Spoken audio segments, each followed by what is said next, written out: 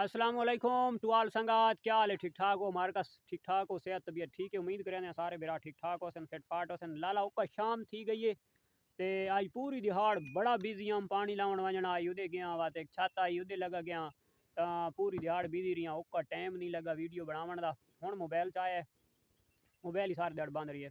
हुण मोबाइल च आया तो मैं आके छोटी जी क्लिप बना के भुका देवां। आज शार्टकट वाली वीडियो है। मैं एक छोटा जिहा जनाब तुहानू नुस्खे दस्या वो नुस्खे उन्होंने वास्ते कि जेड़े भिरा छोटे बच्चों का शौक करें लेलां दा निक्कां दा ते उन्होंने पहलवान बनावन की कोशिश करें, लेकिन उन्होंने ले पहलवान नहीं बनते। क्यों नहीं बनते कि शुरू तो उन्होंने जान दे कोशिश नहीं आती, इस वजह तो बाद खुराक देने ते हाइट भी नहीं करेंदे ते गोश्त भी नहीं वधेंदे ते दूजे नंबर दे लत्तां कोई डिंगियां कर वैसी कोई त्रिकल झिकी कर वैसी। तो उन्होंने वास्ते मैं तुहानू अज निक्का जिहा फार्मूला दस्या सा, वो फार्मूला इस्तेमाल करे सो तो इंशाल्लाह दुआ करे सो। ये लाला दवाइयां दे पे हो, ये कालक सिरप है जोड़ा छोटे बच्चों वास्ते इस्तेमाल करें तो ये छोटे बच्चे ने देवना है। ये छोटे बच्चे ने देंदे रहो तो उसका पेट बिल्कुल दुरुस्त रही। ते दूजे नंबर तो दुध जितना कितना पिला सकते हो, बकरी का फल है, बकरा है या भेद का फल है, तो उन्होंने अजाफी भी दुध पिलवाओ। दुध पिलावन नाल कुछ भी नहीं थी, बहुत ही मजबूत बच्चा बनता है। ये जो बच्चों सांभण वास्ते, छोटे बच्चों सांभण वास्ते ये जड़ा सिरप है ना जी, ये आला ये बहुत अच्छी चीज़ है, कैल्शियम है। इन्हों की जड़ियाँ गोदे शोदे डिंगे कर वैंदे तो ये जेडे सिरप देंदे रहो ये कितना देवना है? 10 ml देवना है डेली।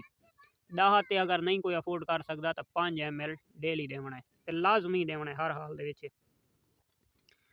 ये इंजैक्शन दे पे हो जी, ये बहुत ही लाजवाब इंजैक्शन है।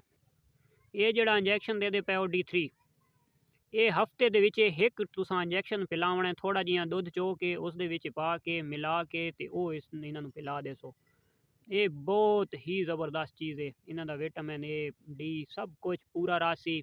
हदी शदी जड़ी है वो डिंगी ना करे सन ज़्यादा खुराक देवन नाल। और छोटे बच्चे नूं कम अज़ कम 3 महीना तक उको ही घट एज होवे तो 2 तो 2.5 महीना तक बच्चे नूं खुराक गंदम चना ते इह जी खुराक नहीं देवनी। सिर्फ कोशिश करनी है दुध ठोक के पिलावना है। ये जड़ी चीज़ दसाना पिया ये चौंवरका है, तो ये चौंवरका जनाब कोशिश करनी है डेली देवना है 10 ml। अगर डेली ना दे सकते तो एक तो दूजे दिहाड़े 10 ml डेली बच्चे नूं पिलांदे रहो। ये नाल हाजमा दुरुस्त रहिंदा है ते बच्चा जड़ा ना खुराक बहुत जल्दी खावन लग पैंदा है। और लाजमी गल है जल्दी सब चारा जितना बच्चा आप खुद खावे पिया उन्होंने खावन दो। हार्ड खुराक बिल्कुल बच्चे नहीं देवनी। जदा हार्ड खुराक देसो तो बच्चे का मैदा गलत थी वैंदा है, ते मैदा गलत थीवन दे नाल ना तो बच्चा ग्रोथ नहीं करेंदा।